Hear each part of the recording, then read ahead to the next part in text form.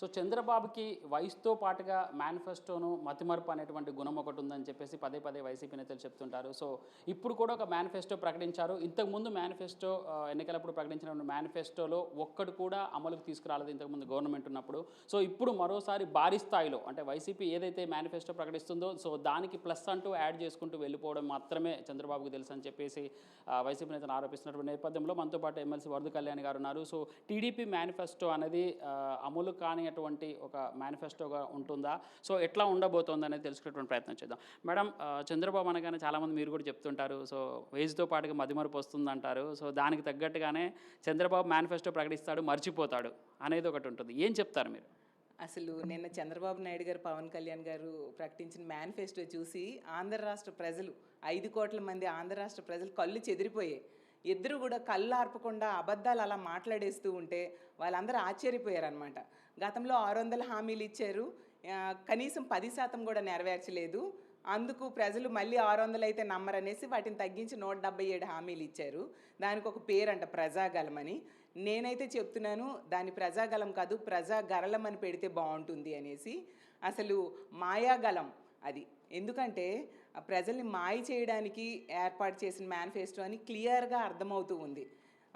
అంటే అబద్ధానికి పసుపు పూస్తే ఎలా ఉంటుందో అలా ఉంది ఆ మేనిఫెస్టో.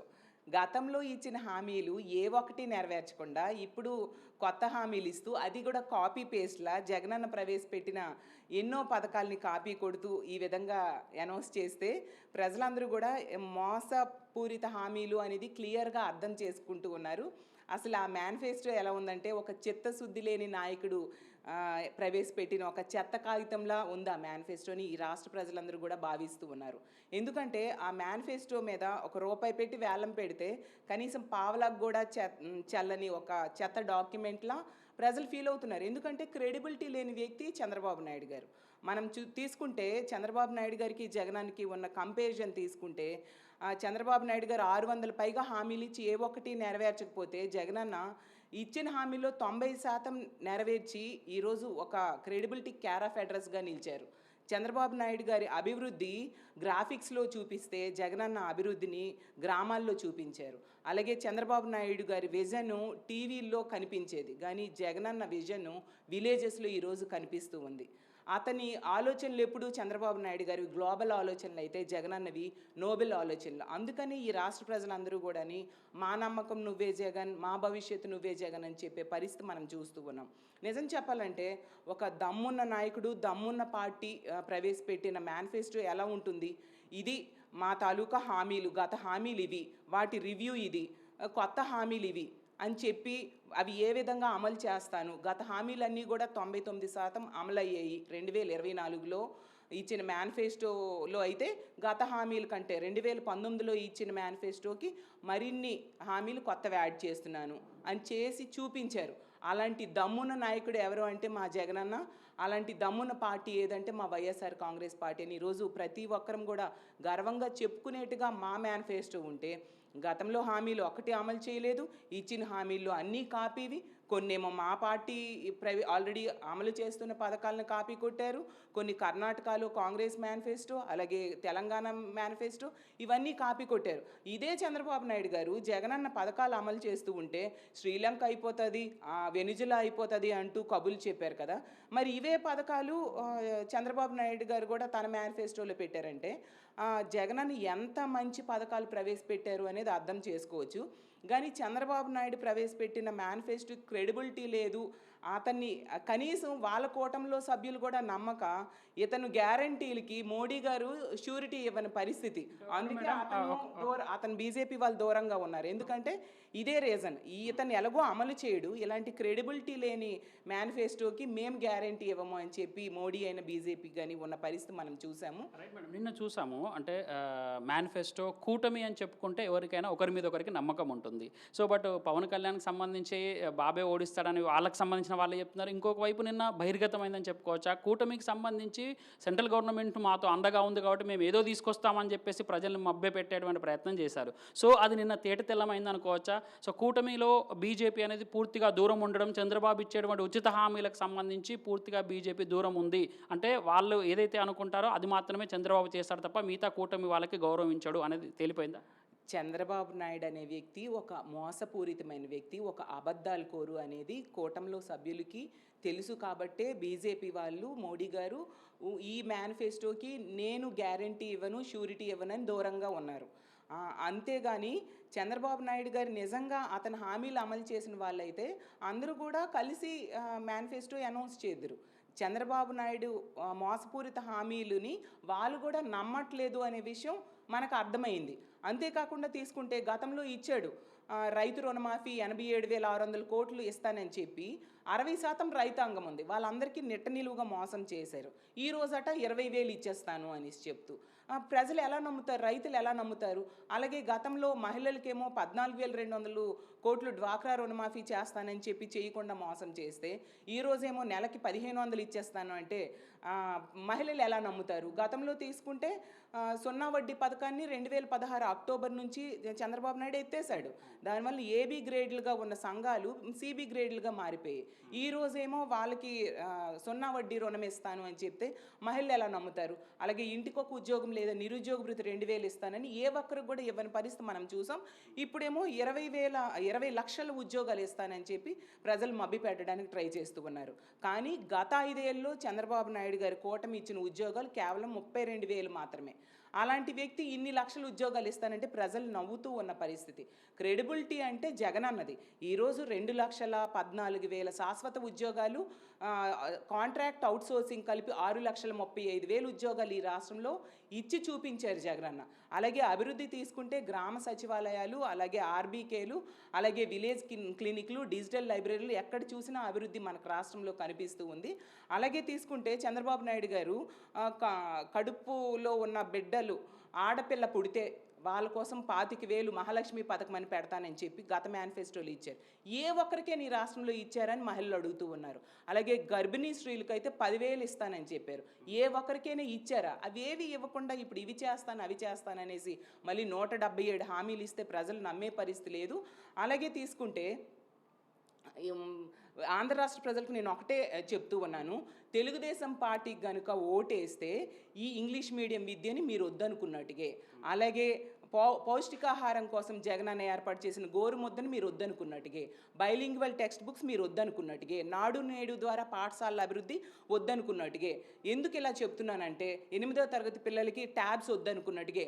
ఎందుకంటే వాళ్ళ మేనిఫెస్టోలు ఇవేవి కూడా కనీసం పేర్లు మార్చి, అతను అలవాటు కదా పేర్లు మార్చి పథకాలు పెట్టడం, అలాగ కూడా చేయలేదంటే ఇవన్నీ కొనసాగించడు అనే విషయం అర్థమైపోయింది. అంటే ఒకటి మేడం మీరు చెప్పిన దాంట్లో ఇంగ్లీష్ మీడియం స్కూల్స్ ఎందుకు, సో గవర్నమెంట్ స్కూల్స్ ఇంగ్లీష్ మీడియంలో ఎందుకు మారుస్తున్నారు, పేదోడికి ఎడ్యుకేషన్ ఎందుకు అని చెప్పినటువంటి వ్యక్తి ఇవాళ ఇంగ్లీష్ మీడియం కొనసాగిస్తాడా? మీరు ఏం చెప్పబోతున్నారు?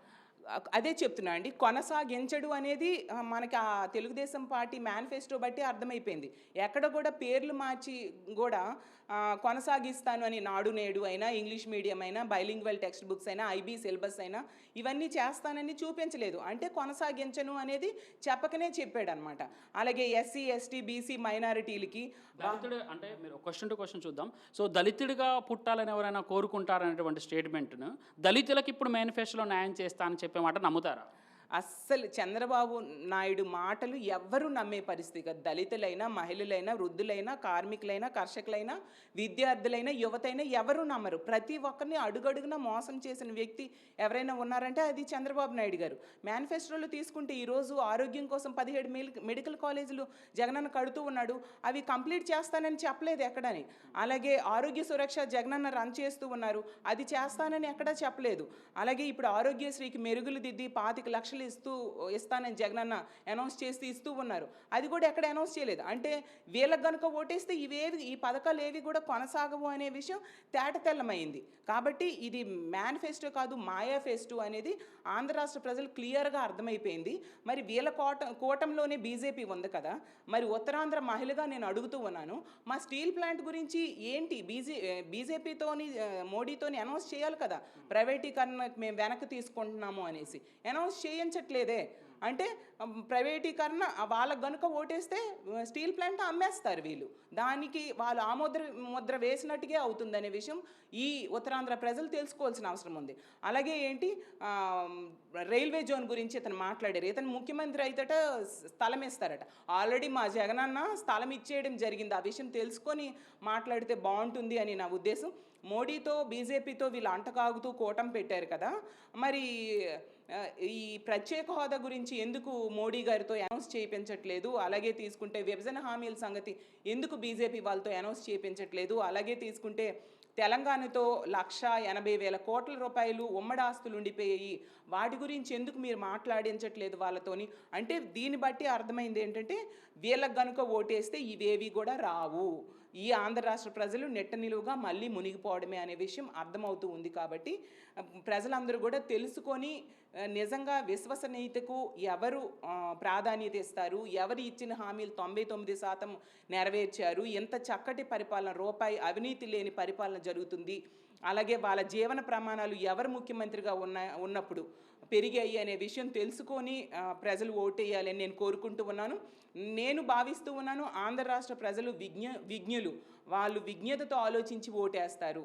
ఇలాంటి అంటే జగనన్న పాలన ఎలా ఉందంటే ఈరోజు ప్రజలు ఆత్మగౌరవంతో బ్రతుకుతున్నారు. ఒకప్పుడు తీసుకుంటే ఒక పథకం కావాలన్నా, ఒక ఇల్లు కావాలన్నా, ఒక పెన్షన్ కావాలన్నా, ఒక రేషన్ కార్డు కావాలన్నా కాళ్ళు అరిగేట్టుగా అధికారుల చుట్టూ అయితేనేం, తెలుగుదేశం పార్టీ నాయకుల చుట్టూ అయితేనేం, జన్మభూమి కమిటీలు వెనక తిరిగి వాళ్ళ ఆత్మగౌరవాన్ని తాకట్టు పెట్టుకుని అడుక్కునే పరిస్థితి. ఈరోజు ఎంత గౌరవంగా పేదవాడు బ్రతుకుతున్నాడు, వాళ్ళ ఇంటి దగ్గరికే పెన్షన్ వస్తుంది, వాళ్ళ ఇంటి దగ్గరికే పథకాలు అందుతున్నాయి. ఈరోజు వాలంటీర్ వ్యవస్థ, గ్రామ సచివాలయ వ్యవస్థ రావడం వలన అర్హత ఉన్న ప్రతి ఒక్కరు కూడా పథకాలు జగనన్న అందిస్తూ ఈరోజు ప్రతి పేదవాడు కూడా గౌరవంగా బ్రతికే పరిస్థితిని జగనన్న కల్పించారు. కాబట్టి ఈ రాష్ట్ర ప్రజలందరూ కూడా జగనన్ననే మళ్ళీ ముఖ్యమంత్రిని చేయడానికి సిద్ధంగా ఉన్నారు.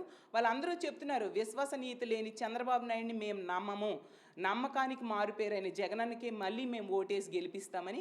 కాబట్టి ఇలాంటి చిత్తు కాగితాలు లాంటి మేనిఫెస్టోలు ఎన్ని ప్రవేశపెట్టినా కూడా ప్రజలు నమ్మరు.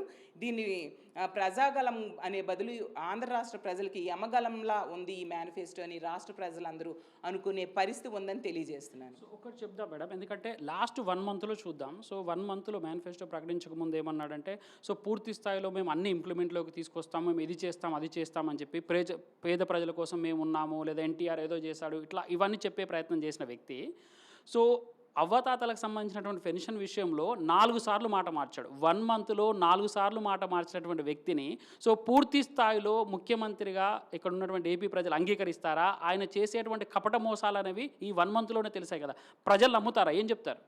చంద్రబాబు నాయుడు అడుగడుగునా మాట మార్చడం అతనికి అలవాటు.